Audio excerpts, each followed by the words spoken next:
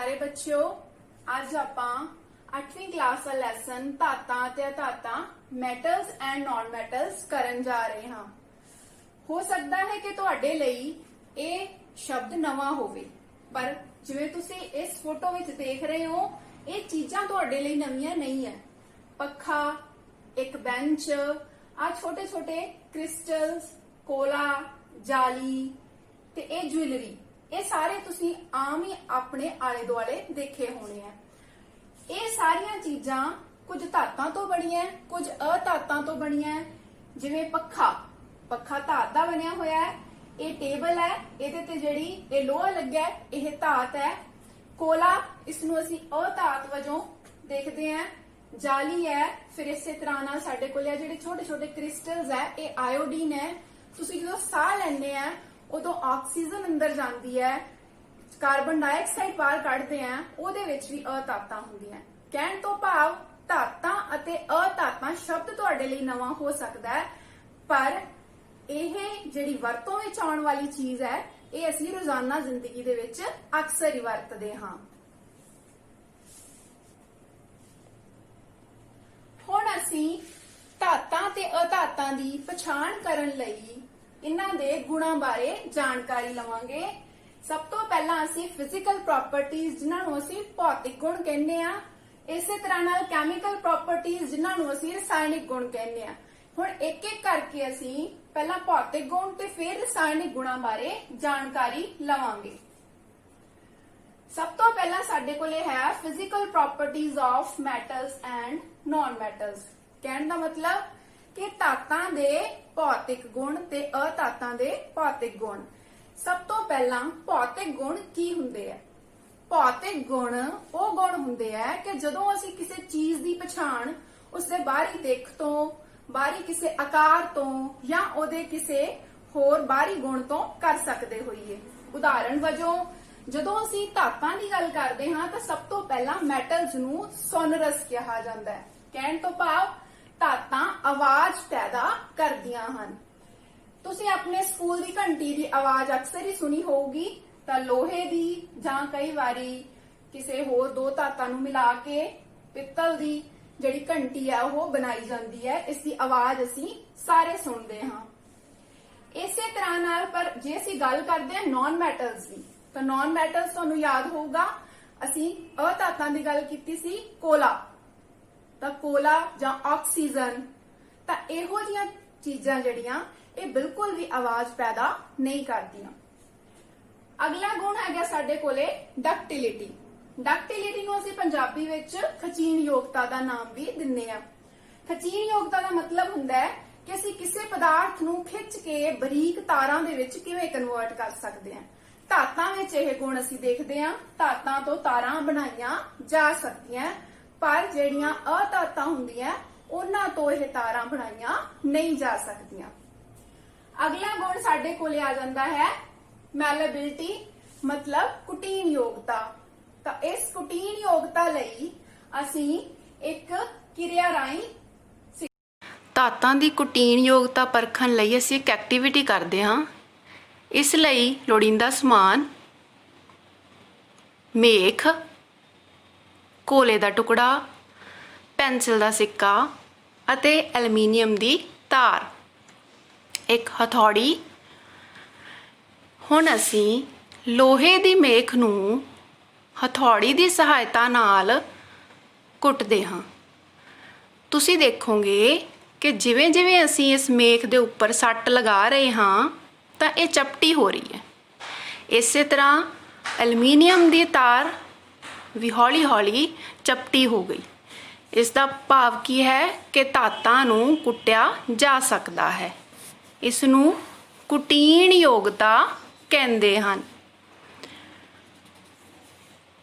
ਹੁਣ ਅਸੀਂ ਦੇਖਦੇ ਹਾਂ ਕਿ ਕੀ ਅਧਾਤਾਂ ਨੂੰ ਵੀ ਕੁੱਟਿਆ ਜਾ ਸਕਦਾ ਹੈ। ਤਾਂ ਅਧਾਤਾਂ ਜਿਹੜੀਆਂ ਕੋਲੇ ਦਾ ਟੁਕੜਾ, ਇਹਨੂੰ ਕੁੱਟਦੇ ਹੋਏ, ਇਸੇ ਤਰ੍ਹਾਂ ਪੈਨਸਿਲ ਦੇ ਸਿੱਕੇ ਨੂੰ ਕੁੱਟਦੇ ਹੋਏ ਅਸੀਂ ਦੇਖਦੇ ਹਾਂ ਕਿ ਇਹ ਚੂਰਾ ਚੂਰਾ ਹੋ ਗਏ, ਭੁਰਭੁਰੇ ਹੋ ਗਏ। ਤਾਂ ਇਸ ਤੋਂ ਭਾਵ ਹੈ ਕਿ ਇਹਨਾਂ ਨੂੰ ਕੁੱਟਿਆ ਨਹੀਂ ਜਾ ਸਕਦਾ। ਤਾਂ ਇੱਥੋਂ ਸਿੱਧ ਹੁੰਦਾ ਹੈ ਧਾਤਾਂ ਕੁਟੀਨਯੋਗ ਹੁੰਦੀਆਂ ਹਨ ਜਦੋਂ ਕਿ ਅਧਾਤਾਂ ਕੁਟੀਨਯੋਗ ਨਹੀਂ ਹੁੰਦੀਆਂ। ਧਾਤਾਂ ਬਿਜਲੀ ਦੀਆਂ ਚੰਗੀਆਂ ਚਾਲਕ ਹੁੰਦੀਆਂ ਹਨ। ਇਸ ਨੂੰ ਸਮਝਣ ਤੋਂ ਪਹਿਲਾਂ ਤੁਸੀਂ ਧਿਆਨ ਦਿਓ, ਇੱਕ ਟੈਸਟ ਪਿਨ ਹੈ, ਤੁਸੀਂ ਸਾਰਿਆਂ ਨੇ ਦੇਖਿਆ ਹੋਊਗਾ। ਇਸ ਟੈਸਟ ਪਿਨ ਦਾ ਹੈਂਡਲ ਪਲਾਸਟਿਕ ਦਾ ਕਿਉਂ ਬਣਿਆ ਹੁੰਦਾ ਹੈ, ਇਸ ਬਾਰੇ ਜ਼ਰੂਰ ਸੋਚੋ। ਚਲੋ ਹੁਣ ਅਸੀਂ ਕਿਰਿਆ ਕਰਦੇ ਹਾਂ। ਇਸ ਨੂੰ ਸਮਝਣ ਲਈ ਇਸ ਲਈ ਲੋੜੀਂਦਾ ਸਮਾਨ ਇੱਕ ਲੋਹੇ ਦਾ ਰੋਡ, ਕੋਲੇ ਦਾ ਟੁਕੜਾ, ਤਾਂਬੇ ਦੀ ਤਾਰ ਤੇ ਪਲਾਸਟਿਕ, ਕੁਝ ਤਾਰਾਂ, ਇੱਕ ਬਲਬ। ਇਹਨਾਂ ਸਾਰਿਆਂ ਨੂੰ ਜੋੜ ਕੇ ਅਸੀਂ ਇੱਕ ਬਿਜਲਈ ਸਰਕਟ ਤਿਆਰ ਕਰਦੇ ਹਾਂ। ਬਿਜਲੀ ਸਰਕਟ ਇਹੋ ਜਿਹਾ ਹੋਣਾ ਚਾਹੀਦਾ ਹੈ ਕਿ ਜਿਸ ਦੀਆਂ ਦੋ ਤਾਰਾਂ ਦੇ ਸਿਰੇ ਅਸੀਂ ਖੁੱਲ੍ਹੇ ਛੱਡਣੇ ਆ ਟੈਸਟਰ ਲਈ। ਤਾਂ ਖੁੱਲ੍ਹੇ ਸਿਰਿਆਂ ਦੇ ਵਿੱਚ ਸਭ ਤੋਂ ਪਹਿਲਾਂ ਅਸੀਂ ਇੱਕ ਲੋਹੇ ਦੀ ਰੋਡ ਨੂੰ ਲਗਾਇਆ। ਤੁਸੀਂ ਦੇਖੋ, ਜਦੋਂ ਹੀ ਅਸੀਂ ਇਹਨੂੰ ਔਨ ਕੀਤਾ ਤਾਂ ਬਲਬ ਜਗਣ ਲੱਗ ਗਿਆ। ਇਸ ਤੋਂ ਸਿੱਧ ਹੁੰਦਾ ਹੈ ਕਿ ਲੋਹਾ ਬਿਜਲੀ ਦਾ ਚਾਲਕ ਹੈ। ਇਸੇ ਤਰ੍ਹਾਂ ਹੀ ਜਦੋਂ ਹੁਣ ਅਸੀਂ ਅਗਲੇ ਕਿਰਿਆ ਲਈ ਕੋਲੇ ਦਾ ਟੁਕੜਾ ਲਿਆ, ਉਸ ਨੂੰ ਉਸ ਟੈਸਟਰ ਦੇ ਵਿੱਚ ਲਗਾਇਆ ਤਾਂ ਬਲਬ ਨਹੀਂ ਜਗਿਆ, ਜਿਸ ਤੋਂ ਸਿੱਧ ਹੁੰਦਾ ਹੈ ਕਿ ਕੋਲਾ ਬਿਜਲੀ ਦਾ ਚਾਲਕ ਨਹੀਂ ਹੈ। ਹੁਣ ਅਸੀਂ ਇਸ ਕੋਲੇ ਦੇ ਟੁਕੜੇ ਦੀ ਥਾਂ ਤੇ ਤਾਂਬੇ ਦੀ ਤਾਰ ਲਗਾਉਂਦੇ ਹਾਂ ਤਾਂ ਬਲਬ ਜਗਣ ਲੱਗ ਜਾਂਦਾ, ਤੇ ਜਦੋਂ ਪਲਾਸਟਿਕ ਦਾ ਟੁਕੜਾ ਲਗਾਇਆ ਬਲਬ ਫਿਰ ਨਹੀਂ ਜਗਿਆ। ਇਸ ਤੋਂ ਬੱਚਿਓ ਇਹ ਸਿੱਧ ਹੁੰਦਾ ਹੈ ਕਿ ਲੋਹਾ ਅਤੇ ਤਾਂਬਾ ਇਹ ਦੋਨੋਂ ਹੀ ਬਿਜਲੀ ਦੇ ਚੰਗੇ ਚਾਲਕ ਹਨ, ਜਦੋਂ ਕਿ ਕੋਲਾ ਤੇ ਪਲਾਸਟਿਕ ਦਾ ਟੁਕੜਾ ਬਿਜਲੀ ਦੇ ਚੰਗੇ ਚਾਲਕ ਨਹੀਂ ਹਨ। ਤਾਂ ਇਸ ਤੋਂ ਇਹ ਪਤਾ ਲੱਗਦਾ ਹੈ ਕਿ ਬਿਜਲੀ ਦੇ ਚਾਲਕ ਧਾਤਾਂ ਬਿਜਲੀ ਦੀਆਂ ਚਾਲਕ ਹੁੰਦੀਆਂ ਹਨ, ਜਦੋਂ ਕਿ ਕੋਲੇ ਤੇ ਪਲਾਸਟਿਕ ਵਰਗੀਆਂ ਵਸਤਾਂ ਚਾਲਕ ਨਹੀਂ ਹਨ। ਹੁਣ ਤੁਸੀਂ ਸਮਝ ਗਏ ਕਿ ਟੈਸਟ ਪਿਨ ਦਾ ਹੈਂਡਲ ਪਲਾਸਟਿਕ ਦਾ ਕਿਉਂ ਬਣਿਆ ਹੈ, ਤਾਂ ਕਿ ਸਾਨੂੰ ਕਰੰਟ ਨਾ ਲੱਗੇ ਤੇ ਅਸੀਂ ਆਸਾਨੀ ਨਾਲ ਹੀ ਆਪਣੀ ਟੈਸਟਿੰਗ ਕਰ ਸਕੀਏ। ਤਾਂ ਇੱਥੋਂ ਸਾਨੂੰ ਪਤਾ ਲੱਗ ਗਿਆ ਕਿ ਧਾਤਾਂ ਬਿਜਲੀ ਦੀਆਂ ਚੰਗੀਆਂ ਚਾਲਕ ਹਨ। ਅਸੀਂ ਧਾਤਾਂ ਅਤੇ ਅਧਾਤਾਂ ਦੇ ਭੌਤਿਕ ਗੁਣਾਂ ਦੀ ਚਰਚਾ ਕਰ ਚੁੱਕੇ ਹਾਂ। ਕਈ ਵਾਰੀ ਧਾਤਾਂ ਅਤੇ ਅਧਾਤਾਂ ਦੀ ਪਹਿਚਾਣ ਸਿਰਫ ਭੌਤਿਕ ਗੁਣਾਂ ਦੇ ਆਧਾਰ ਤੇ ਕਰਨਾ ਸਹੀ ਨਹੀਂ ਹੁੰਦਾ। ਇਸ ਲਈ ਆਓ ਹੁਣ ਆਪਾਂ ਧਾਤਾਂ ਅਤੇ ਅਧਾਤਾਂ ਦੀਆਂ ਕੈਮੀਕਲ ਪ੍ਰੋਪਰਟੀਜ਼ ਮਤਲਬ ਰਸਾਇਣਿਕ ਗੁਣਾਂ ਬਾਰੇ ਜਾਣਦੇ ਹਾਂ। ਸਭ ਤੋਂ ਪਹਿਲਾਂ ਅਸੀਂ chemical properties of non metals ਬਾਰੇ ਪੜਾਂਗੇ, ਭਾਵ ਅਸੀਂ ਅਧਾਤਾਂ ਦੇ ਰਸਾਇਣਿਕ ਗੁਣਾਂ ਬਾਰੇ ਜਾਣਕਾਰੀ ਪ੍ਰਾਪਤ ਕਰਦੇ ਹਾਂ। ਜਿਵੇਂ ਆਪਾਂ ਪਹਿਲਾਂ ਗੱਲ ਕਰ ਚੁੱਕੇ ਹਾਂ ਕਿ ਅਧਾਤਾਂ ਕਿਹੜੀਆਂ-ਕਿਹੜੀਆਂ ਸੀ, ਕਾਰਬਨ, ਨਾਈਟ੍ਰੋਜਨ, ਇਸੇ ਤਰ੍ਹਾਂ ਸਲਫਰ। ਤਾਂ ਇਹ ਸਾਰੀਆਂ ਅਧਾਤਾਂ ਜਦੋਂ ਆਕਸੀਜਨ ਨਾਲ ਕਿਰਿਆ ਕਰਦੀਆਂ ਤਾਂ ਇਹ ਕੀ ਬਣਾਉਂਦੀਆਂ, ਅਧਾਤਵੀ ਆਕਸਾਈਡ ਬਣਾਉਂਦੀਆਂ। ਜਿਵੇਂ ਕਾਰਬਨ ਆਕਸੀਜਨ ਨਾਲ ਕਿਰਿਆ ਕਰਕੇ ਕਾਰਬਨ ਡਾਈਆਕਸਾਈਡ ਬਣਾਉਂਦਾ ਹੈ, ਇਸੇ ਤਰ੍ਹਾਂ ਨਾਲ ਸਲਫਰ ਆਕਸੀਜਨ ਨਾਲ ਕਿਰਿਆ ਕਰਕੇ ਸਲਫਰ ਡਾਈਆਕਸਾਈਡ ਬਣਾਉਂਦਾ ਹੈ, ਤੇ ਇਸੇ ਤਰ੍ਹਾਂ ਨਾਈਟ੍ਰੋਜਨ ਆਕਸੀਜਨ ਨਾਲ ਕਿਰਿਆ ਕਰਕੇ ਨਾਈਟ੍ਰੋਜਨ ਆਕਸਾਈਡ ਬਣਾਉਂਦਾ ਹੈ। ਤਾਂ ਬੱਚਿਓ ਤੁਸੀਂ ਹੁਣ ਆ ਪਿਕਚਰ ਦੇਖ ਰਹੇ ਹੋ, ਤਾਂ ਇਸ ਪਿਕਚਰ ਦੇ ਵਿੱਚ ਤੁਸੀਂ ਦੇਖੋ ਕਿ ਤੇਜ਼ਾਬੀ ਮੀਂਹ।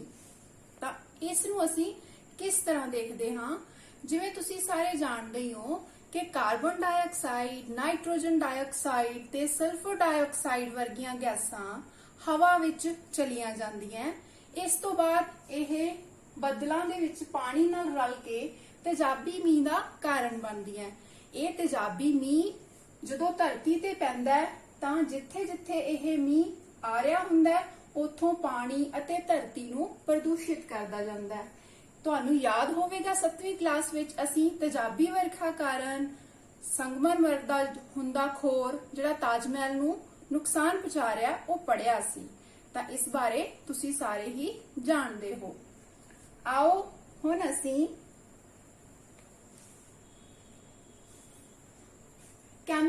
ਪ੍ਰੋਪਰਟੀਜ਼ ਆਫ ਮੈਟਲਸ ਬਾਰੇ ਜਾਣਦੇ ਹਾਂ। ਭਾਵ ਅਸੀਂ ਧਾਤਾਂ ਦੀਆਂ ਰਸਾਇਣਿਕ ਗੁਣਾਂ ਬਾਰੇ ਪੜ੍ਹਦੇ ਹਾਂ। Metal reacts with oxygen, water, acid and base. ਮਤਲਬ ਜਿਹੜੀਆਂ ਧਾਤਾਂ ਹੈ ਉਹ ਆਕਸੀਜਨ, ਪਾਣੀ, ਤੇਜ਼ਾਬ ਅਤੇ ਖਾਰਾਂ ਨਾਲ ਕਿਰਿਆ ਕਰਦੀਆਂ। ਇਸੇ ਤਰ੍ਹਾਂ ਨਾਲ ਧਾਤਾਂ ਜਿਹੜੀਆਂ ਉਹ ਵਿਸਥਾਪਨ ਕਿਰਿਆ ਦਿਖਾਉਂਦੀਆਂ। ਇਹਨਾਂ ਬਾਰੇ ਜਾਣਕਾਰੀ ਅਸੀਂ ਆਪਣੀਆਂ ਕੁਝ ਐਕਟੀਵਿਟੀਜ਼ ਤੋਂ ਲੈਣੇ ਆ। ਆਓ ਦੇਖਦੇ ਹੁਣ ਅਸੀਂ ਧਾਤਾਂ ਦੇ ਰਸਾਇਣਿਕ ਗੁਣਾਂ ਬਾਰੇ ਪੜ੍ਹਦੇ ਹਾਂ। ਵੱਖ-ਵੱਖ ਧਾਤਾਂ ਦੀ ਕਿਰਿਆਸ਼ੀਲਤਾ ਵੱਖ-ਵੱਖ ਤਰ੍ਹਾਂ ਦੀ ਹੁੰਦੀ ਹੈ। ਇਹ ਧਾਤਾਂ ਆਲੇ ਦੁਆਲੇ ਦੇ ਯੌਗਿਕਾਂ ਨਾਲ ਕਿਰਿਆ ਕਰਦੀਆਂ, ਜਿਵੇਂ ਆਕਸੀਜਨ, ਪਾਣੀ, ਤੇਜ਼ਾਬ ਅਤੇ ਖਾਰ। ਹੁਣ ਸਭ ਤੋਂ ਪਹਿਲਾਂ ਅਸੀਂ ਧਾਤਾਂ ਦੀ ਆਕਸੀਜਨ ਨਾਲ ਕਿਰਿਆ ਬਾਰੇ ਪੜ੍ਹਦੇ ਹਾਂ। ਧਾਤਾਂ ਆਕਸੀਜਨ ਨਾਲ ਕਿਰਿਆ ਕਰਕੇ ਧਾਤਵੀ ਆਕਸਾਈਡ ਬਣਾਉਂਦੀਆਂ। ਉਦਾਹਰਨ ਵਜੋਂ ਲੋਹੇ ਦੀ ਮੇਖ ਜਦੋਂ ਆਕਸੀਜਨ ਅਤੇ ਪਾਣੀ ਨਾਲ ਕਿਰਿਆ ਕਰਦੀ ਹੈ ਤਾਂ ਅਸੀਂ ਦੇਖਦੇ ਹਾਂ ਕਿ ਇਸ 'ਤੇ ਭੂਰੇ ਰੰਗ ਦੀ ਪਰਤ ਚੜ੍ਹ ਜਾਂਦੀ, ਜਿਸ ਨੂੰ ਜੰਗਾਲ ਕਿਹਾ ਜਾਂਦਾ। ਇਸੇ ਤਰ੍ਹਾਂ ਨਾਲ ਜਦੋਂ ਮੈਗਨੀਸ਼ੀਅਮ ਰਿਬਨ ਨੂੰ ਅਸੀਂ ਆਕਸੀਜਨ ਦੀ ਹੋਂਦ ਵਿੱਚ ਜਲਾਉਂਦੇ ਹਾਂ ਤਾਂ ਮੈਗਨੀਸ਼ੀਅਮ ਆਕਸਾਈਡ ਬਣਦਾ। ਜੇਕਰ ਅਸੀਂ ਇਸ ਮੈਗਨੀਸ਼ੀਅਮ ਆਕਸਾਈਡ ਨੂੰ ਪਾਣੀ ਵਿੱਚ ਘੋਲ ਕੇ ਲਿਟਮਸ ਟੈਸਟ ਕਰਦੇ ਹਾਂ ਤਾਂ ਇਹ ਲਾਲ ਲਿਟਮਸ ਨੂੰ ਨੀਲਾ ਕਰ ਦਿੰਦਾ। ਇਸ ਤੋਂ ਸਾਨੂੰ ਪਤਾ ਲੱਗਦਾ ਹੈ ਕਿ ਇਸ ਦਾ ਸੁਭਾਅ ਕੀ ਹੈ। ਮੈਗਨੀਸ਼ੀਅਮ ਆਕਸਾਈਡ ਦਾ ਸੁਭਾਅ ਖਾਰੀ ਹੁੰਦਾ ਹੈ। ਇਹ ਤੋਂ ਸਿੱਧ ਹੁੰਦਾ ਹੈ ਕਿ ਧਾਤਾਂ ਆਕਸੀਜਨ ਨਾਲ ਕਿਰਿਆ ਕਰਕੇ ਧਾਤਵੀ ਆਕਸਾਈਡ ਬਣਾਉਂਦੀਆਂ ਜੋ ਖਾਰੀ ਹੁੰਦੇ ਹਨ। ਧਾਤਾਂ ਪਾਣੀ ਨਾਲ ਕਿਰਿਆ ਕਰਦੀਆਂ ਹਨ। ਇਸ ਲਈ ਅਸੀਂ ਇੱਕ ਐਕਟੀਵਿਟੀ ਕਰਾਂਗੇ ਜਿਹਦੇ ਵਿੱਚ ਅਸੀਂ ਦੇਖਦੇ ਹਾਂ ਕਿ ਧਾਤਾਂ ਪਾਣੀ ਨਾਲ ਕਿਰਿਆ ਕਿਵੇਂ ਕਰਦੀਆਂ ਹਨ।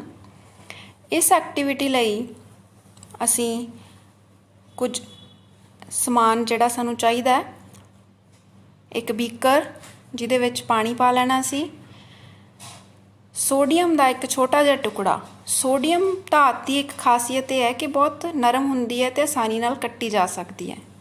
ਇਸ ਨੂੰ ਅਸੀਂ ਟਿਸ਼ੂ ਪੇਪਰ ਨਾਲ ਸਾਫ਼ ਕਰਕੇ ਉਸੇ ਟਿਸ਼ੂ ਪੇਪਰ 'ਚ ਹੀ ਰੈਪ ਕਰਕੇ ਪਾਣੀ ਦੇ ਵਿੱਚ ਪਾ ਦਿੰਦੇ ਹਾਂ। ਅਸੀਂ ਦੇਖਦੇ ਹਾਂ ਕਿ ਪਾਣੀ ਵਿੱਚ ਪਾਉਂਦਿਆਂ ਹੀ ਇਸ ਨੂੰ ਅੱਗ ਲੱਗ ਜਾਂਦੀ ਹੈ ਅਤੇ ਇਹ ਕਿਰਿਆ ਚੱਲਦੀ ਰਹਿੰਦੀ ਹੈ। ਜਿਵੇਂ ਜਿਵੇਂ ਇਹ ਕਿਰਿਆ ਹੋ ਰਹੀ ਹੈ ਅਸੀਂ ਦੇਖਦੇ ਹਾਂ ਪਾਣੀ ਗਰਮ ਹੋ ਰਿਹਾ, ਇਸ 'ਚੋਂ ਹੀਟ ਨਿਕਲ ਰਹੀ ਹੈ ਅਤੇ ਬੀਕਰ ਵੀ ਬਹੁਤ ਜ਼ਿਆਦਾ ਗਰਮ ਹੋ ਜਾਂਦਾ। ਇਸ ਕਿਰਿਆ ਨੂੰ ਕਰਦੇ ਸਮੇਂ ਸਾਨੂੰ ਕਾਫੀ ਸਾਵਧਾਨੀ ਵਰਤਣੀ ਪਵੇਗੀ, ਨਹੀਂ ਤਾਂ ਇਹ ਕਿਰਿਆ ਖਤਰਨਾਕ ਵੀ ਸਾਬਿਤ ਹੋ ਸਕਦੀ ਹੈ। ਹੁਣ ਜਦੋਂ ਇਹ ਸਾਰੀ ਕਿਰਿਆ ਕੰਪਲੀਟ ਹੋ ਗਈ, ਸਾਰਾ ਸੋਡੀਅਮ ਦਾ ਟੁਕੜਾ ਜਿਹੜਾ ਉਹ ਬਰਨ ਹੋ ਗਿਆ, ਤਾਂ ਹੁਣ ਜਿਹੜਾ ਸਾਡੇ ਕੋਲੇ ਘੋਲ ਤਿਆਰ ਹੋਇਆ ਉਸ ਦਾ ਅਸੀਂ ਲਿਟਮਸ ਪੇਪਰ ਟੈਸਟ ਕਰਦੇ ਹਾਂ। ਇਸ ਟੈਸਟ ਵਿੱਚ ਅਸੀਂ ਦੇਖਦੇ ਹਾਂ ਕਿ ਰੈੱਡ ਲਿਟਮਸ ਹੈ ਜਿਹੜਾ ਉਹ ਬਲੂ ਹੋ ਜਾਂਦਾ, ਜਿਸ ਨਾਲ ਸਾਨੂੰ ਪਤਾ ਲੱਗਦਾ ਹੈ ਕਿ ਜਿਹੜਾ ਘੋਲ ਹੈ ਉਸ ਦਾ ਸੁਭਾਅ ਖਾਰੀ ਹੈ। ਇਸ ਤੋਂ ਸਾਨੂੰ ਇਹ ਵੀ ਪਤਾ ਲੱਗਦਾ ਹੈ ਕਿ ਧਾਤਾਂ ਪਾਣੀ ਨਾਲ ਕਿਰਿਆ ਕਰਦੀਆਂ, ਜੋ ਕਿ ਇੱਕ ਤਾਪ ਨਿਕਾਸੀ ਕਿਰਿਆ ਹੈ। ਜਿਹੜਾ ਘੋਲ ਬਣਦਾ ਹੈ ਉਸ ਦਾ ਸੁਭਾਅ ਖਾਰੀ ਹੁੰਦਾ। ਕੇਵਲ ਸੋਡੀਅਮ ਹੀ ਨਹੀਂ, ਹੋਰ ਧਾਤਾਂ ਵੀ ਪਾਣੀ ਨਾਲ ਕਿਰਿਆ ਕਰਦੀਆਂ ਹਨ। ਕੀ ਤੁਸੀਂ ਜਾਣਦੇ ਹੋ ਕਿ ਅਸੀਂ ਸੋਡੀਅਮ ਨੂੰ ਹਮੇਸ਼ਾ ਮਿੱਟੀ ਦੇ ਤੇਲ ਵਿੱਚ ਕਿਉਂ ਡੁਬੋ ਕੇ ਰੱਖਦੇ ਹਾਂ? ਤਾਂ ਬੱਚਿਓ, ਜੇ ਅਸੀਂ ਛੋਟਾ ਜਿਹਾ ਇੱਕ ਟੁਕੜਾ ਪਾਣੀ ਵਿੱਚ ਸੋਡੀਅਮ ਦਾ ਪਾ ਦਿੰਦੇ ਹਾਂ ਤਾਂ ਇਹਨੂੰ ਬੜੀ ਜਲਦੀ ਅੱਗ ਲੱਗ ਜਾਂਦੀ ਹੈ, ਤਾਂ ਇਹ ਬਹੁਤ ਖਤਰਨਾਕ ਹੋ ਸਕਦਾ ਹੈ। ਇਸ ਲਈ ਇਸ ਤੋਂ ਬਚਣ ਲਈ ਅਸੀਂ ਸੋਡੀਅਮ ਨੂੰ ਹਮੇਸ਼ਾ ਮਿੱਟੀ ਦੇ ਤੇਲ ਦੀ ਬੋਤਲ ਵਿੱਚ ਹੀ ਡੁਬੋ ਕੇ ਰੱਖਦੇ ਹਾਂ। ਧਾਤਾਂ ਦੀ ਤੇਜ਼ਾਬ ਨਾਲ ਕਿਰਿਆ। ਚਲੋ ਹੁਣ ਅਸੀਂ ਇਹਦੀ ਇੱਕ ਐਕਟੀਵਿਟੀ ਕਰਦੇ ਹਾਂ। ਇਸ ਐਕਟੀਵਿਟੀ ਲਈ ਸਾਨੂੰ ਸਭ ਤੋਂ ਪਹਿਲਾਂ ਅਸੀਂ ਸਲਫਿਊਰਿਕ ਐਸਿਡ ਲੈ ਕੇ ਉਹਦੇ ਵਿੱਚ ਜ਼ਿੰਕ ਦੇ ਛੋਟੇ-ਛੋਟੇ ਟੁਕੜੇ ਪਾਉਣੇ ਆ। ਇਸੇ ਤਰ੍ਹਾਂ ਸਾਨੂੰ ਇਹਦੇ ਲਈ ਸਾਬਣ ਦੇ ਘੋਲ ਦੀ ਵੀ ਲੋੜ ਪੈਂਦੀ ਹੈ। ਜਦੋਂ ਹੀ ਜ਼ਿੰਕ ਦੇ ਟੁਕੜੇ ਸਲਫਿਊਰਿਕ ਐਸਿਡ ਵਿੱਚ ਪਾਏ ਜਾਂਦੇ ਆ ਤਾਂ ਇੱਥੇ ਕਿਰਿਆ ਸ਼ੁਰੂ ਹੋ ਜਾਂਦੀ ਹੈ। ਇਸ ਕਿਰਿਆ ਨੂੰ ਤੁਸੀਂ ਛੋਟੇ-ਛੋਟੇ ਗੈਸ ਦੇ ਬੁਲਬੁਲਿਆਂ ਦੇ ਰੂਪ ਵਿੱਚ ਦੇਖ ਸਕਦੇ ਹੋ। ਇਹ ਜਦੋਂ ਸਾਬਣ ਦੇ ਸੋਲਿਊਸ਼ਨ ਵਿੱਚ ਦੀ ਲੰਘਦੇ ਆ ਤਾਂ ਉੱਥੋਂ ਬੁਲਬੁਲੇ ਬਣਦੇ ਆ। ਜਦੋਂ ਹੀ ਅਸੀਂ ਜਲ ਦੀ ਤੀਲੀ ਉਹਦੇ ਕੋਲੇ ਲੈ ਕੇ ਜਾਂਦੇ ਆ ਤਾਂ ਉਹ ਪੌਪ ਦੀ ਆਵਾਜ਼ ਨਾਲ ਜਲਣਾ ਸ਼ੁਰੂ ਕਰ ਦਿੰਦੇ ਆ। ਤਾਂ ਇਹ ਪੌਪ ਦੀ ਆਵਾਜ਼ ਹਾਈਡਰੋਜਨ ਦੀ ਹੋਂਦ ਦਾ ਪਤਾ ਦੱਸਦੀ ਹੈ ਸਾਨੂੰ। ਇੱਥੋਂ ਸਿੱਧ ਹੁੰਦਾ ਹੈ ਕਿ ਜਦੋਂ ਅਸੀਂ ਕਿਸੇ ਧਾਤ ਨੂੰ ਤੇਜ਼ਾਬ ਨਾਲ ਕਿਰਿਆ ਕਰਵਾਉਂਦੇ ਹਾਂ ਤਾਂ ਹਾਈਡਰੋਜਨ ਗੈਸ ਪੈਦਾ ਹੁੰਦੀ ਹੈ। Metals react with acid to produce hydrogen gas। ਤਾਂ ਹੁਣ ਅਸੀਂ ਧਾਤਾਂ ਦੀ ਖਾਰ ਨਾਲ ਕਿਰਿਆ ਬਾਰੇ ਪੜ੍ਹਦੇ ਹਾਂ। ਇਸ ਲਈ ਵੀ ਇੱਕ ਐਕਟੀਵਿਟੀ ਕਰਾਂਗੇ। ਇਸ ਐਕਟੀਵਿਟੀ ਵਿੱਚ ਅਸੀਂ ਇੱਕ ਧਾਤ ਤੇ ਖਾਰ ਲਵਾਂਗੇ। ਧਾਤ ਲਈ ਅਸੀਂ ਸੋਡੀਅਮ ਹਾਈਡਰੋਕਸਾਈਡ ਦਾ ਫਰੈਸ਼ ਸੋਲਿਊਸ਼ਨ ਬਣਾਉਣਾ ਹੈ। ਪਹਿਲਾਂ 2-3 ਪੈਲੇਟ ਸੋਡੀਅਮ ਹਾਈਡਰੋਕਸਾਈਡ ਦੇ ਪਾਣੀ ਵਿੱਚ ਪਾ ਕੇ ਫਰੈਸ਼ ਸੋਲਿਊਸ਼ਨ ਤਿਆਰ ਕਰਾਂਗੇ। ਇਹ ਸਾਡਾ ਖਾਰ ਹੈ। ਧਾਤ ਦੇ ਟੁਕੜੇ ਵਜੋਂ ਅਸੀਂ ਐਲੂਮੀਨੀਅਮ ਦਾ ਛੋਟਾ ਜਿਹਾ ਟੁਕੜਾ ਲਿਆ। ਇਹਦੇ ਵਿੱਚੋਂ ਨਿਕਲਦੇ ਹੋਏ ਬੁਲਬੁਲਿਆਂ ਦੇ ਕੋਲੇ ਜਦੋਂ ਅਸੀਂ ਜਲਦੀ ਹੋਈ ਤੀਲੀ ਨੂੰ ਲੈ ਕੇ ਜਾਂਦੇ ਹਾਂ ਤਾਂ ਇਹ ਫਿਰ ਪੌਪ ਦੀ ਆਵਾਜ਼ ਨਾਲ ਹੀ ਜਲਦੇ ਆ। ਜਿਵੇਂ ਪਹਿਲਾਂ ਹੀ ਅਸੀਂ ਦੱਸ ਚੁੱਕੇ ਹਾਂ ਕਿ ਪੌਪ ਦੀ ਆਵਾਜ਼ ਹਾਈਡਰੋਜਨ ਦੀ ਹੋਂਦ ਨੂੰ ਦਰਸਾਉਂਦੀ ਹੈ। ਤਾਂ ਇੱਥੋਂ ਸਾਨੂੰ ਪਤਾ ਲੱਗਦਾ ਹੈ ਕਿ ਜਦੋਂ ਧਾਤ ਖਾਰ ਨਾਲ ਕਿਰਿਆ ਕਰਦੀ ਹੈ ਤਾਂ ਇਹ ਨਮਕ ਤੇ ਹਾਈਡਰੋਜਨ ਗੈਸ ਪੈਦਾ ਕਰਦੀ ਹੈ। Metal reacts with bases to produce hydrogen gas। ਵਿਸਥਾਪਨ ਕਿਰਿਆ ਬਾਰੇ ਅਸੀਂ 7ਵੀਂ ਕਲਾਸ ਵਿੱਚ ਪੜ੍ਹਿਆ ਸੀ ਕਿ ਜਦੋਂ ਕੋਈ ਵੱਧ ਕਿਰਿਆਸ਼ੀਲ ਤੱਤ ਘੱਟ ਕਿਰਿਆਸ਼ੀਲ ਤੱਤ ਨੂੰ ਉਸਦੇ ਯੌਗਿਕ ਦੇ ਘੋਲ ਵਿੱਚੋਂ ਵਿਸਥਾਪਿਤ ਕਰ ਦਿੰਦਾ ਤਾਂ ਉਸ ਨੂੰ ਅਸੀਂ ਵਿਸਥਾਪਨ ਕਿਰਿਆ ਕਹਿੰਦੇ ਹਾਂ। ਇੱਕ ਉਦਾਹਰਨ ਅਸੀਂ ਕਰਦੇ ਸੀ, ਉਹਦੇ ਵਿੱਚ ਕਾਪਰ ਸਲਫੇਟ ਦੇ ਘੋਲ ਵਿੱਚ ਜਦੋਂ ਅਸੀਂ ਲੋਹੇ ਦੀ ਚੀਜ਼ ਨੂੰ ਡੁਬੋ ਦਿੰਦੇ ਹਾਂ ਤਾਂ ਕੁਝ ਸਮੇਂ ਬਾਅਦ ਉਹਦੇ ਉੱਤੇ ਰੈਡਿਸ਼ ਬਰਾਊਨ ਕਲਰ ਭੂਰੇ ਰੰਗ ਦੀ ਪਰਤ ਨੂੰ ਚੜਿਆ ਦੇਖਦੇ ਹਾਂ, ਜਿਸ ਤੋਂ ਸਾਨੂੰ ਲੋਹੇ ਅਤੇ ਕਾਪਰ ਸਲਫੇਟ ਦੇ ਘੋਲ ਦੇ ਵਿਚਾਲੇ ਵਿਸਥਾਪਨ ਕਿਰਿਆ ਹੋਣ ਦਾ ਪਤਾ ਲੱਗਦਾ। ਆਓ ਕਿਰਿਆ ਰਾਹੀਂ ਸਮਝਦੇ ਹਾਂ। 5 ਬੀਕਰ ਲੈ ਕੇ ਇਹਨਾਂ ਵਿੱਚ ਅਸੀਂ 20 ਮਿਲੀਲੀਟਰ ਪਾਣੀ ਪਾਉਂਦੇ ਹਾਂ। ਇਹਨਾਂ ਨੂੰ 1 2 3 4 ਤੇ 5 ਨੰਬਰ ਲਗਾ ਦਾਂਗੇ। ਪਹਿਲੇ ਦੋਨੇ ਬੀਕਰਾਂ ਵਿੱਚ 5 ਗ੍ਰਾਮ ਕਾਪਰ ਸਲਫੇਟ, ਇਸੇ ਤਰ੍ਹਾਂ ਤੀਜੇ ਤੇ ਪੰਜਵੇਂ ਬੀਕਰ ਦੇ ਵਿੱਚ ਅਸੀਂ ਜ਼ਿੰਕ ਸਲਫੇਟ ਤੇ ਚੌਥੇ ਬੀਕਰ ਦੇ ਵਿੱਚ ਅਸੀਂ ਆਇਰਨ ਸਲਫੇਟ ਪਾ ਕੇ ਇਹਨਾਂ ਨੂੰ ਹਿਲਾ ਦਿੰਦੇ ਹਾਂ। ਸਾਡੇ ਕੋਲੇ ਘੋਲ ਤਿਆਰ ਹੋ ਜਾਂਦਾ ਹੈ। ਹੁਣ ਅਸੀਂ ਆਇਰਨ ਨੇਲਸ ਦੂਜੇ ਤੇ ਪੰਜਵੇਂ ਬੀਕਰ ਵਿੱਚ ਪਾਤੀਆਂ ਤੇ ਕਾਪਰ ਦੇ ਛੋਟੇ ਛੋਟੇ ਟੁਕੜੇ ਤੀਜੇ ਤੇ ਚੌਥੇ ਬੀਕਰ ਵਿੱਚ ਪਾਏ ਆ। ਪਹਿਲੇ ਬੀਕਰ ਵਿੱਚ ਅਸੀਂ ਜ਼ਿੰਕ ਦੇ ਛੋਟੇ ਛੋਟੇ ਟੁਕੜੇ ਪਾ ਦਿੱਤੇ ਆ। ਇਹ ਸਭ ਧਾਤਾਂ ਹੈ ਜਿਨ੍ਹਾਂ ਦੇ ਟੁਕੜੇ ਅਸੀਂ ਇੱਥੇ ਵਰਤ ਰਹੇ ਹਾਂ। ਕੁਝ ਸਮੇਂ ਇਸੇ ਤਰ੍ਹਾਂ ਬੀਕਰਾਂ ਨੂੰ ਪਏ ਰਹਿਣ ਤੇ ਅਸੀਂ ਇਹ ਦੇਖਦੇ ਹਾਂ ਕਿ ਇਹਨਾਂ ਵਿੱਚ ਰੰਗ ਦਾ ਬਦਲਾਅ ਆਉਣਾ ਸ਼ੁਰੂ ਹੋ ਜਾਂਦਾ ਹੈ। ਪਹਿਲੇ ਤੇ ਦੂਜੇ ਬੀਕਰ ਦੇ ਵਿੱਚ ਰੰਗ ਬਦਲ ਗਿਆ ਹੈ। ਜਦੋਂ ਤੀਜਾ ਚੌਥਾ ਤੇ ਪੰਜਵਾਂ ਬੀਕਰ ਕੋਈ ਬਦਲਾਅ ਸਾਨੂੰ ਨਜ਼ਰ ਨਹੀਂ ਆ ਰਿਹਾ। ਪਹਿਲੇ ਬੀਕਰ ਵਿੱਚ ਜ਼ਿੰਕ ਤੇ ਕਾਪਰ ਸਲਫੇਟ ਆਪਸ 'ਚ ਇਹਨਾਂ ਦੀ ਕਿਰਿਆ ਹੋ ਰਹੀ ਹੈ। ਜ਼ਿੰਕ ਕਾਪਰ ਨੂੰ ਵਿਸਥਾਪਿਤ ਕਰ ਦਿੰਦਾ ਹੈ ਤੇ ਜ਼ਿੰਕ ਸਲਫੇਟ ਬਣਾਉਂਦਾ ਤੇ ਭੂਰੇ ਰੰਗ ਦਾ ਜਿਹੜਾ ਕਾਪਰ ਹੈ ਉਹ ਬੀਕਰ ਦੇ ਤਲੇ ਤੇ ਇਕੱਠਾ ਹੋ ਜਾਂਦਾ ਹੈ।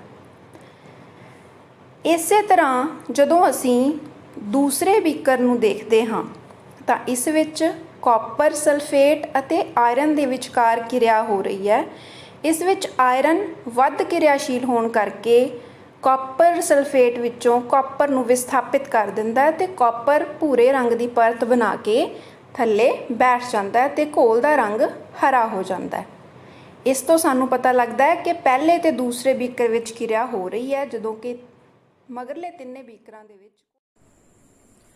ਬੇਟਾ ਹੁਣ ਤੱਕ ਅਸੀਂ ਧਾਤਾਂ ਤੇ ਧਾਤਾਂ ਦੀਆਂ ਫਿਜ਼ੀਕਲ ਤੇ ਕੈਮੀਕਲ ਪ੍ਰੋਪਰਟੀਜ਼ ਪੜ੍ਹ ਲਈਆਂ, ਭੌਤਿਕ ਤੇ ਰਸਾਇਣਿਕ ਗੁਣਾਂ ਦੀ ਤੁਲਨਾ ਕਰ ਲਈ। ਹੁਣ ਅਸੀਂ ਉਹਨਾਂ ਦੇ ਆਧਾਰ ਤੇ ਕੋਸ਼ਿਸ਼ ਕਰਦੇ ਹਾਂ ਧਾਤਾਂ ਤੇ ਅਧਾਤਾਂ ਦੇ ਵਿਚਕਾਰ ਅੰਤਰ ਕਰਨ ਲਈ। ਤਾਂ ਤੁਸੀਂ ਦੇਖੋਗੇ ਸਭ ਤੋਂ ਪਹਿਲਾਂ ਅਸੀਂ ਇਹਨਾਂ ਦੇ ਗੁਣ ਬਾਰੇ ਦੇਖਦੇ ਹਾਂ। ਅਪੀਅਰੈਂਸ ਮਤਲਬ ਕਿ ਧਾਤਾਂ ਜਾਂ ਅਧਾਤਾਂ ਕਿਹੋ ਜਿਹੀਆਂ ਦਿਖਾਈ ਦਿੰਦੀਆਂ। ਧਾਤਾਂ ਲਸਟਰਸ ਹੁੰਦੀਆਂ ਮਤਲਬ ਚਮਕਦਾਰ ਹੁੰਦੀਆਂ ਤੇ ਅਧਾਤਾਂ ਚਮਕਦਾਰ ਨਹੀਂ ਹੁੰਦੀਆਂ। ਮੈਂ ਇੱਥੇ ਕਹਿਣਾ ਚਾਹਾਂਗੀ ਕਿ ਸਾਰੀਆਂ ਧਾਤਾਂ ਜਾਂ ਸਾਰੀਆਂ ਅਧਾਤਾਂ ਚਮਕਦਾਰ ਨਹੀਂ ਹੁੰਦੀਆਂ। ਸਾਰੀਆਂ ਧਾਤਾਂ ਚਮਕਦਾਰ ਹੈ, ਪਰ ਜੇਕਰ ਅਸੀਂ ਸੋਡੀਅਮ ਦੀ ਗੱਲ ਕਰਦੇ ਹਾਂ ਤਾਂ ਉਹ ਬਿਲਕੁਲ ਵੀ ਚਮਕਦਾਰ ਨਹੀਂ ਹੈ। ਇਸੇ ਤਰ੍ਹਾਂ ਨਾਲ ਅਧਾਤਾਂ ਡਲ ਹੁੰਦੀਆਂ, ਮਤਲਬ ਚਮਕ ਨਹੀਂ ਹੁੰਦੀ, ਪਰ ਕੁਝ ਅਜਿਹੀਆਂ ਵੀ ਧਾਤਾਂ ਹੈ ਜਿਹੜੀਆਂ ਬਹੁਤ ਜ਼ਿਆਦਾ ਚਮਕਦਾਰ ਹੈ। ਉਦਾਹਰਨ ਵਜੋਂ ਹੀਰਾ ਇੱਕ ਅਜਿਹੀ ਅਧਾਤ ਹੈ ਜਿਹੜੀ ਬਹੁਤ ਜ਼ਿਆਦਾ ਚਮਕਦੀ ਹੈ। ਅਗਲਾ ਪੁਆਇੰਟ ਸਾਡੇ ਕੋਲੇ ਹੈ ਹਾਰਡਨੈਸ, ਮਤਲਬ ਕਠੋਰਤਾ। ਜੇ ਅਸੀਂ ਕਠੋਰਤਾ ਦੀ ਗੱਲ ਕਰੀਏ ਤਾਂ ਅਕਸਰ ਹੀ ਅਸੀਂ ਕਹਿ ਦਿੰਨੇ ਆ ਕਿ ਜਿਹੜੀਆਂ ਧਾਤਾਂ ਹੈ, ਮੈਟਲਸ ਹੈ, ਉਹ ਬਹੁਤ ਹਾਰਡ ਹੁੰਦੀਆਂ, ਸਖਤ ਹੁੰਦੀਆਂ ਅਤੇ ਅਧਾਤਾਂ ਨਰਮ ਹੁੰਦੀਆਂ। ਪਰੰਤੂ ਫਿਰ ਸਾਡੇ ਕੋਲੇ ਇੱਥੇ ਐਕਸੈਪਸ਼ਨ ਹੈ, ਸਾਰੀਆਂ ਧਾਤਾਂ ਸਖਤ ਨਹੀਂ ਹੁੰਦੀਆਂ। ਉਦਾਹਰਨ ਵਜੋਂ ਅਸੀਂ ਕਿਰਿਆ ਦੇ ਵਿੱਚ ਦੇਖਿਆ ਸੀ ਕਿ ਸੋਡੀਅਮ ਹੈ ਜਿਹੜਾ ਉਹ ਬਹੁਤ ਨਰਮ ਹੁੰਦਾ ਹੈ, ਜਿਸ ਨੂੰ ਅਸੀਂ ਚਾਕੂ ਨਾਲ ਕੱਟ ਸਕਦੇ ਹਾਂ। ਤਾਂ ਕੁਝ ਧਾਤਾਂ ਹਾਰਡ ਹੁੰਦੀਆਂ, ਬਹੁਤ ਹਾਰਡ ਵੀ ਹੁੰਦੀਆਂ, ਜਿਵੇਂ ਲੋਹਾ, ਤਾਂਬਾ, ਇਹ ਸਾਰੀਆਂ ਸਖਤ ਧਾਤਾਂ ਹੁੰਦੀਆਂ। ਇਸੇ ਤਰ੍ਹਾਂ ਨਾਲ ਅਧਾਤਾਂ ਦੀ ਗੱਲ ਕਰੀਏ ਤਾਂ ਇਹ ਸੌਫਟ ਹੁੰਦੀਆਂ, ਪਰੰਤੂ ਕੁਝ ਧਾਤਾਂ ਇਸ ਤਰ੍ਹਾਂ ਦੀਆਂ ਵੀ ਹੈ ਜਿਹੜੀਆਂ ਸੌਫਟ ਨਾ ਹੋ ਕੇ ਸਭ ਤੋਂ ਸਖਤ ਹੁੰਦੀਆਂ। ਉਦਾਹਰਨ ਵਜੋਂ ਹੀਰਾ, ਤਾਂ ਹੀਰੇ ਨੂੰ ਅਸੀਂ ਸਭ ਤੋਂ ਸਖਤ ਵਸਤੂ ਵਜੋਂ ਜਾਣਦੇ ਹਾਂ। ਇਸ ਤਰ੍ਹਾਂ ਅੱਗੇ ਸਾਡੇ ਕੋਲੇ ਹੈ ਮੈਲੇਬਿਲਿਟੀ, ਮਤਲਬ ਅਸੀਂ ਧਾਤਾਂ ਨੂੰ ਕੁੱਟ-ਕੁੱਟ ਕੇ ਚਾਦਰਾਂ ਵਿੱਚ ਬਦਲ ਸਕਦੇ ਹਾਂ। ਕਹਿਣ ਤੋਂ ਭਾਵ ਇਹ ਹੈ ਕਿ ਧਾਤਾਂ ਦੀਆਂ ਪਤਲੀਆਂ-ਪਤਲੀਆਂ ਸ਼ੀਟਸ ਬਣਾਈਆਂ ਜਾ ਸਕਦੀਆਂ, ਪਰੰਤੂ ਸਾਰੀਆਂ ਧਾਤਾਂ ਇਸ ਤਰ੍ਹਾਂ ਨਹੀਂ ਹੈ। ਜਿਵੇਂ ਸੋਡੀਅਮ ਹੈ, ਪੋਟਾਸ਼ੀਅਮ ਹੈ, ਤਾਂ ਇਹ ਬਹੁਤ ਬ੍ਰਿਟਲ ਹੁੰਦੀਆਂ, ਭੁਰਭੁਰੀਆਂ ਹੁੰਦੀਆਂ, ਇਸ ਕਰਕੇ ਇਹਨਾਂ ਦੀਆਂ ਅਸੀਂ ਕੁੱਟ ਕੇ ਚਾਦਰਾਂ ਨਹੀਂ ਬਣਾ ਸਕਦੇ। ਇਸੇ ਤਰ੍ਹਾਂ ਨਾਲ ਇਹ ਸਾਨੂੰ ਪਤਾ ਹੀ ਹੈ ਕਿ ਅਧਾਤਾਂ ਜਿਹੜੀਆਂ ਉਹ ਬ੍ਰਿਟਲ ਹੁੰਦੀਆਂ, ਭੁਰਭੁਰੀਆਂ ਹੁੰਦੀਆਂ, ਉਹਨਾਂ ਵਿੱਚ ਕੁਟੀਨ ਯੋਗਤਾ ਨਹੀਂ ਹੁੰਦੀ। ਅਗਲਾ ਪੁਆਇੰਟ ਸਾਡੇ ਕੋਲੇ ਹੈ ਡਕਟਿਲਿਟੀ।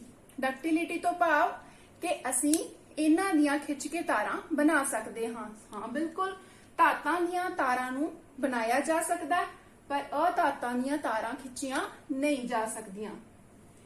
ਅਗਲਾ ਪੁਆਇੰਟ ਸਾਡੇ ਕੋਲੇ ਆਉਂਦਾ ਹੈ ਹੀਟ ਕੰਡਕਸ਼ਨ। ਹੀਟ ਕੰਡਕਸ਼ਨ ਦੇ ਵਿੱਚ ਜੇ ਅਸੀਂ ਗੱਲ ਕਰੀਏ ਤਾਂ ਧਾਤਾਂ ਤਾਪ ਦੀਆਂ ਚੰਗੀਆਂ ਚਾਲਕ ਹਨ ਤੇ ਅਧਾਤਾਂ ਚਾਲਕ ਨਹੀਂ ਹੁੰਦੀਆਂ।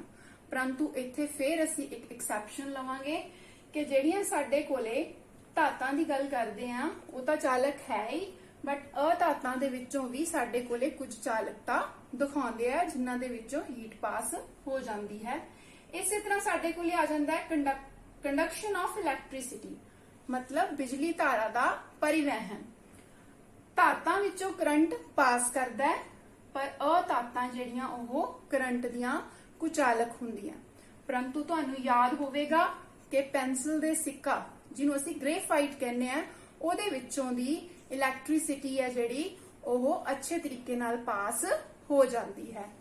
ਤਾਂ ਇਹ ਸਾਰੀਆਂ ਚੀਜ਼ਾਂ ਤੋਂ ਅਸੀਂ ਇਹ ਅੰਦਾਜ਼ਾ ਲਗਾ ਸਕਦੇ ਹਾਂ ਕਿ ਧਾਤਾਂ ਅਤੇ ਅਧਾਤਾਂ ਨੂੰ ਅਸੀਂ ਕਿਸ ਤਰ੍ਹਾਂ ਕੰਪੇਅਰ ਕਰਨਾ ਹੈ।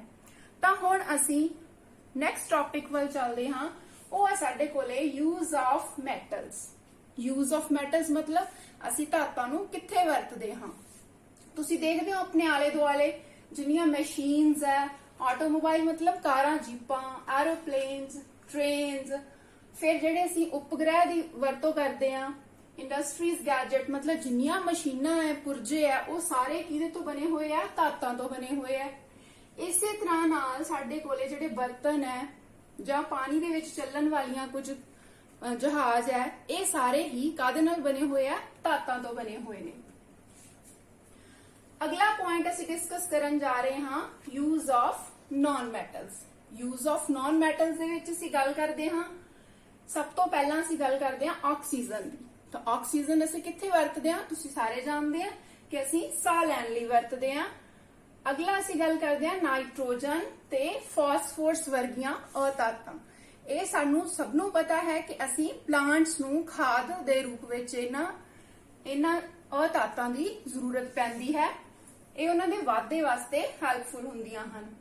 ਪਾਣੀ ਪਿਉਰੀਫਿਕੇਸ਼ਨ ਕਰਨ ਲਈ ਅਸੀਂ ਚਾਰਕੋਲ ਦੀ ਵਰਤੋਂ ਕਰਦੇ ਹਾਂ, ਉਹ ਵੀ ਇੱਕ ਅਧਾਤ ਹੈ। ਇਸੇ ਤਰ੍ਹਾਂ ਨਾਲ ਜਦੋਂ ਕਦੇ ਸੱਟ ਵੱਜਦੀ ਆ ਤਾਂ ਡਾਕਟਰ ਤੁਹਾਡੇ ਅਕਸਰ ਹੀ ਲਾਲ ਦਵਾਈ ਲਗਾ ਦਿੰਦੇ ਆ। ਲਾਲ ਦਵਾਈ ਮਤਲਬ ਇੱਕ ਡਿਸਇਨਫੈਕਟੈਂਟ ਸੋਲੂਸ਼ਨ ਹੁੰਦਾ ਹੈ, ਉਹ ਆਇਓਡੀਨ ਜੋ ਕਿ ਇੱਕ ਅਧਾਤ ਹੈ ਉਸ ਤੋਂ ਬਣਿਆ ਹੁੰਦਾ ਹੈ, ਤਾਂ ਉਸ ਨੂੰ ਅਸੀਂ ਬੀਟਾਡੀਨ ਦਾ ਨਾਮ ਦਿੰਦੇ ਹਾਂ। ਇਸੇ ਤਰ੍ਹਾਂ ਨਾਲ ਤੁਸੀਂ ਸਭ ਨੇ ਪਟਾਕੇ ਚਲਾਏ ਹੋਣੇ ਆ, ਉਹਨਾਂ ਪਟਾਕਿਆਂ ਦੇ ਵਿੱਚ ਤੁਸੀਂ ਜਿਹੜਾ ਉਹਦੇ ਵਿੱਚ ਬਾਰੂਦ ਭਰਿਆ ਹੁੰਦਾ ਉਹ ਵੀ ਕਈ ਸਾਰੀਆਂ ਧਾਤਾਂ ਤੇ ਧਾਤਾਂ ਦਾ ਮਿਸ਼ਰਣ ਹੁੰਦਾ ਹੈ।